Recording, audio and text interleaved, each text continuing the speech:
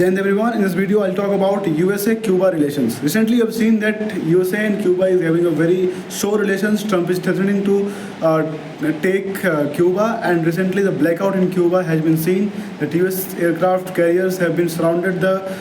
Cuba stopped its petroleum imports and there is no electricity in the country. And Cuba was importing petroleum primarily from the Venezuela, but when the Venezuela President Maduro was taken away by the US government, these things have been halted, and there is no way for Cuba to get the basic resources to run the country. So let us go in the background to discuss all these things. So initially before 1950, the Cuba president was Batista, and the Batista was a great supporter of USA, and he have taken away all the resources of Cuba and sent it to the USA. The people of USA were governing their companies and exploiting all the resources out there. And the US citizens used to come to Cuba, do party and exploit the culture, pub and drugs, and all that things were happening. Cuba is also known for its sugar production and different cigar production also. So next, after Batista comes the Fidel Castro. Fidel Castro is a very known figure. He is a communist, and he challenged the US government because even the people of Cuba was not liking the activities done by the US citizens and the US government. So he challenged the US government and he stopped all the companies, and he nationalized all the companies which were using or exploiting the Cuba resources. And in a single day, all the company officials have to run away from the country, and it was a huge embarrassment for the country and the president. And there is a US Navy base at the Guatemala. At that Navy base is still there with US only, but except that Navy base, there is nothing left for USA at that time, and this felt very bad for the USA. And from then, that time only, US is trying to assassinate the Fidel Castro, and Fidel Castro ruled over 59 years from then on. From 1950 to 2008, he became the president of Cuba, and he was protecting.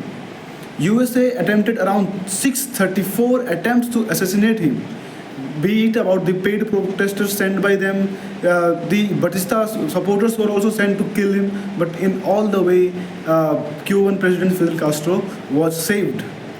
And then the regime was very powerful, it was tackling a very good thing.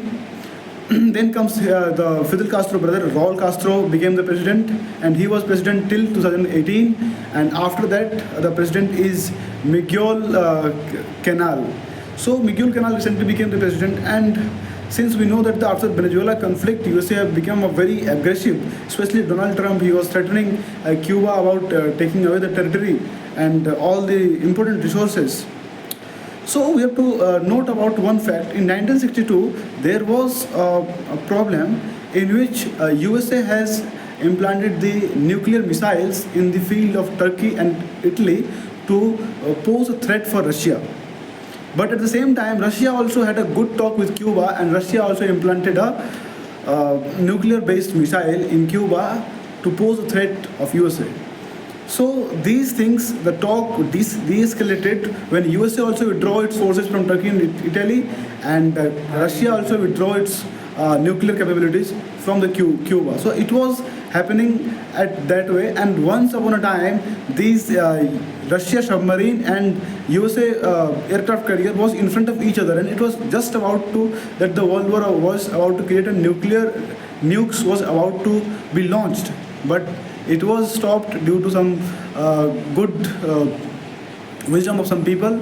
So it was stopped, and this is the same scenario which is going to be repeated soon or the other way. Since the blackout is there in the Cuba, Russia has sent its one of the largest aircraft carrier to support Cuba in a form of petroleum, but it has been surrounded by the US forces.